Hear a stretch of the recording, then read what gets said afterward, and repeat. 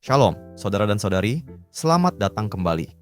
Kenapa pasanganmu bisa begitu menguatkan atau justru menghancurkan hatimu? Karena nggak ada orang lain yang melihatmu seutuh itu. Dan kerentanan seperti ini bisa jadi indah, tapi juga menyakitkan. Sebelum kita masuk lebih dalam, mari kita mulai dengan membaca firman Tuhan. Amsal pasal 31 ayat 11. Hati suaminya percaya kepadanya, suaminya tidak akan kekurangan keuntungan. Rentan. Dalam bahasa Ibrani, ayat ini secara harfiah berarti bahwa suami mempercayakan hatinya kepada istrinya. Itu bukan sekadar ungkapan, itu adalah inti dari hubungan pernikahan yang sejati. Pasanganmu mengenalmu lebih dalam dari siapapun. Kalau orang asing bilang, "Kamu baik," itu menyenangkan.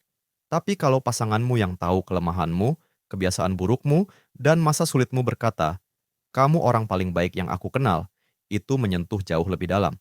Namun, sebaliknya juga berlaku. Kalau pasanganmu mengucapkan kata-kata yang kasar atau menyakitkan, "Kamu pemalas, kamu bodoh," itu bisa melukai harga dirimu lebih dalam dibandingkan jika orang lain yang mengatakannya. Jadi bagaimana kita saling melindungi dalam pernikahan? Bagaimana kita bisa bertahan dari rasa sakit yang kadang datang dari kedekatan yang begitu intim ini? Kita harus mengingat siapa diri kita sebenarnya. Identitas kita tidak ditentukan oleh pasangan kita.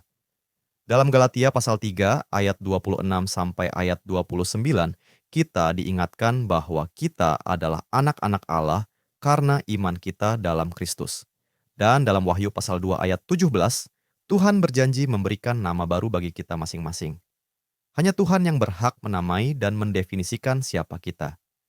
Hanya saat kita berakar dalam kasih Tuhan, kita bisa menjadi cukup aman untuk benar-benar terbuka satu sama lain, terbuka untuk menerima koreksi, pujian, dan kasih tanpa takut.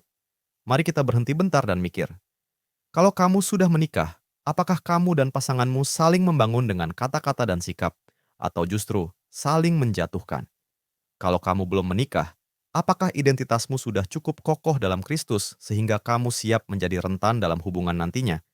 Atau kamu masih berharap pasangan yang akan mengisi nilai dirimu? Mari kita berdoa bersama. Tuhan, Engkau memanggil kami untuk saling percaya, saling mengaku dosa seperti dalam Yakobus pasal 5 ayat 16, dan saling menasihati dengan kasih seperti Roma pasal 15 ayat 14. Biarlah iman kami kepadamu memberi keberanian untuk saling terbuka dan rentan. Bangkitkan semangat saling percaya dan kasih karunia dalam setiap pernikahan umat-Mu. Amin.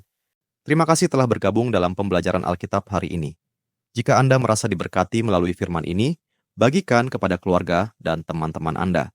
Jangan lupa untuk like video ini, tinggalkan komentar, dan subscribe channel kami agar kita dapat terus belajar dan bertumbuh bersama dalam firman Tuhan. Tuhan Yesus memberkati.